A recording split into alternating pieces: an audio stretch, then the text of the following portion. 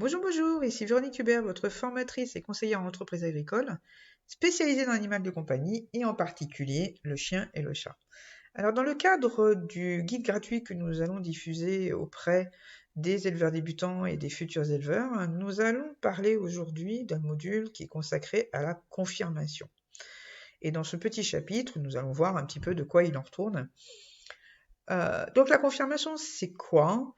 C'est surtout au niveau du chien, hein, c'est l'autorisation de reproduire du chien LOF. Alors, on va juste donner quelques détails. Pour qu'il y ait confirmation, il faut déjà qu'à l'origine, on ait avec soi ou en face de soi un chien ou un chat qui ait des origines connues, c'est-à-dire qui ait un pédigré ou un certificat de naissance, en tout cas qui soit inscrit à un livre d'origine quelconque. Bien. En ce qui concerne le chat, ce n'est pas obligatoire. En ce qui concerne le chien, c'est obligatoire. On parle évidemment uniquement de chiens et de chats qui sont inscrits à un livre d'origine. La confirmation ne concerne absolument pas un chien ou un chat qui n'a pas d'origine connue. C'est-à-dire qui est soit de son lof pour le chien, soit de son louf pour le chat. Bon. Donc la confirmation, elle est une autorisation de reproduire des enfants qui seront eux-mêmes inscrits à ce même livre d'origine. Alors, au niveau du chat, elle n'est pas obligatoire. Pourquoi? Parce que les chats naissent au louf avec un pédigré définitif dès que les parents sont inscrits au louf et que l'éleveur a fait ce qu'il fallait pour l'enregistrement de la portée. Au niveau du chien, la confirmation est obligatoire pour tout enregistrement d'une portée future issue d'au moins la mère des chiots. Hein. J'expliquerai un petit peu après pourquoi. Donc, si une femelle, si vous avez une femelle et qu'elle doit être destinée à la reproduction, il faudra qu'elle soit confirmée pour avoir l'autorisation d'avoir des chiots au lof. Bon, pour ça, évidemment, il faudra qu'elle ait un partenaire qui soit soit inscrit au LOF, soit inscrit à un livre d'origine connu.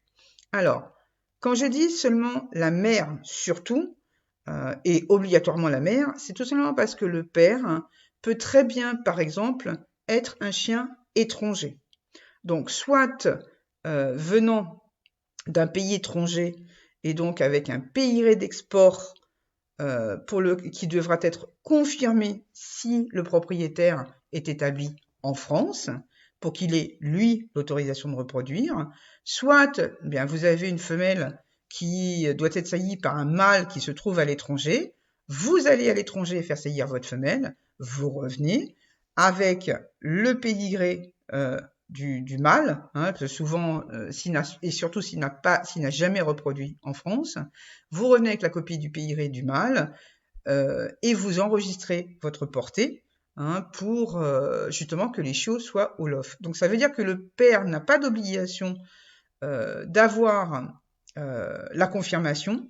Il faut surtout qu'il ait un pédigré qui soit reconnu par la Fédération cynologique internationale et donc par la Société centrale canine.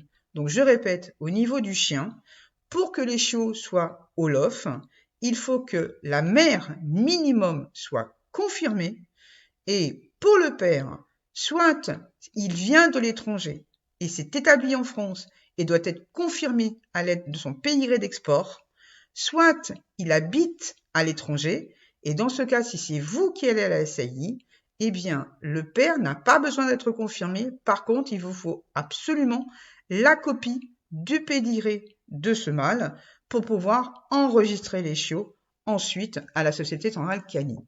Et il faut absolument que ce pédigré soit reconnu, soit donc par la FCI et donc par la Société centrale canine. D'accord? Voilà. Donc c'est à peu près tout ce qu'il fallait savoir sur la confirmation en tant que telle. Donc obligatoire pour le chien, l'OF, non obligatoire pour le chat, l'OF, sachant que pour le chat, ça dénote quand même un petit plus si les parents sont confirmés. Au niveau de la qualité, ça veut dire surtout que l'éleveur a fait l'effort d'aller emmener son chat, la chatte au moins, ou les deux chats, hein, ou que le chat issu d'un autre propriétaire est aussi confirmé. Ça veut dire qu'ils l'ont emmené devant un juge qui a apprécié les qualités, surtout des chats en question, et ont signifié qu'ils étaient tous les deux dans le standard. Voilà. Ensuite, je voudrais revenir sur un point important et qu'on voit passer souvent sur les ondes de Facebook et souvent dans le domaine, dans le clan des particuliers, hein, justement. Et qui dit que, ben voilà, mon chien, parce qu'il s'agit du chien, hein, puisque encore une fois, le chat n'a pas d'obligation de confirmation, donc le problème se pose pas, en tout cas beaucoup moins. Hein, donc des particuliers qui possèdent un chien et qui vont le faire confirmer, et malheureusement la confirmation ne passe pas, hein, pour un défaut éliminatoire quelconque, et le particulier revient voir l'éleveur en disant, ben voilà, vous m'avez vendu un chien, il n'est pas confirmé, il a tel défaut, remboursez-moi parce que ce n'est pas un chien lof. Eh bien non, il faut que ce soit bien clair dans la tête de tout le monde, c'est que la confirmation n'est pas une confirmation que l'animal est de race, en tout cas que le chien est de race, puisque l'inscription au LOF de naissance ou la production d'un PIRé export, hein, si le chien a été importé de l'étranger, suffit pour justifier qu'il est de race. Ça veut dire que le seul fait qu'il soit rattaché à un livre d'origine reconnu donc par la Fédération cynologique internationale, que ce soit la Société centrale canine en France ou que ce soit n'importe quelle entité d'enregistrement des pédigrés dans un autre pays, hein, cela suffit à dire que le chien est de race. Voilà. Donc la confirmation, elle n'est qu'une autorisation de reproduire des chiots au LOF. Elle n'est absolument pas, hein, une reconnaissance que le chien est de race. Elle n'est là que pour autoriser les parents à avoir des chiots au LOF et donc avoir un certificat de naissance. Et c'est tout. Ça veut dire que si votre chien n'est pas confirmé pour X raisons, ça ne veut pas dire qu'il n'est plus de race. Ça veut simplement dire qu'il a un défaut tel qui fait que, eh bien, il risque de le retransmettre de façon soit relativement grave, soit aussi grave que le défaut qu'il a déjà lui. Et comme la confirmation et l'inscription au LOF et la production au LOF est censée être induite dans l'amélioration d'une race, il est évident que si votre chien a un défaut qui empêche cette confirmation, c'est pour éviter, en théorie, qu'il diffuse trop de ce défaut dans la race en question. Et c'est tout. Donc, ça veut dire que le chien qui est confirmé peut reproduire du LOF, donc des chiots au LOF. Par contre, s'il est confirmé, il n'a absolument aucune obligation de reproduire. J'espère que ça c'est bien clair.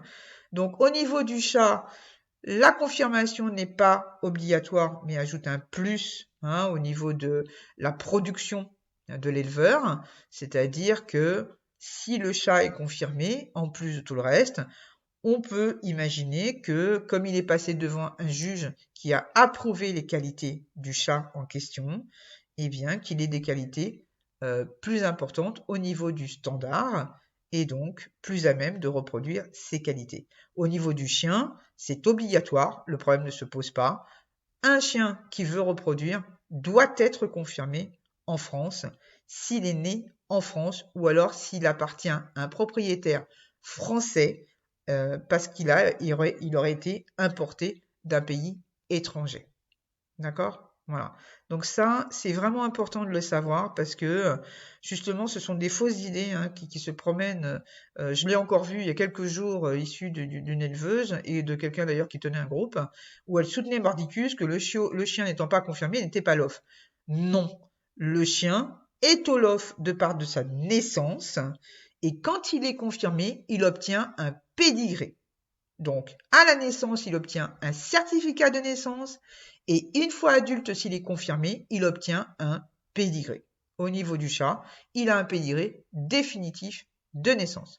Voilà, j'espère que tous ces petits conseils vous ont été utiles. Je vous rejoins dans un prochain chapitre et je vous dis à très bientôt.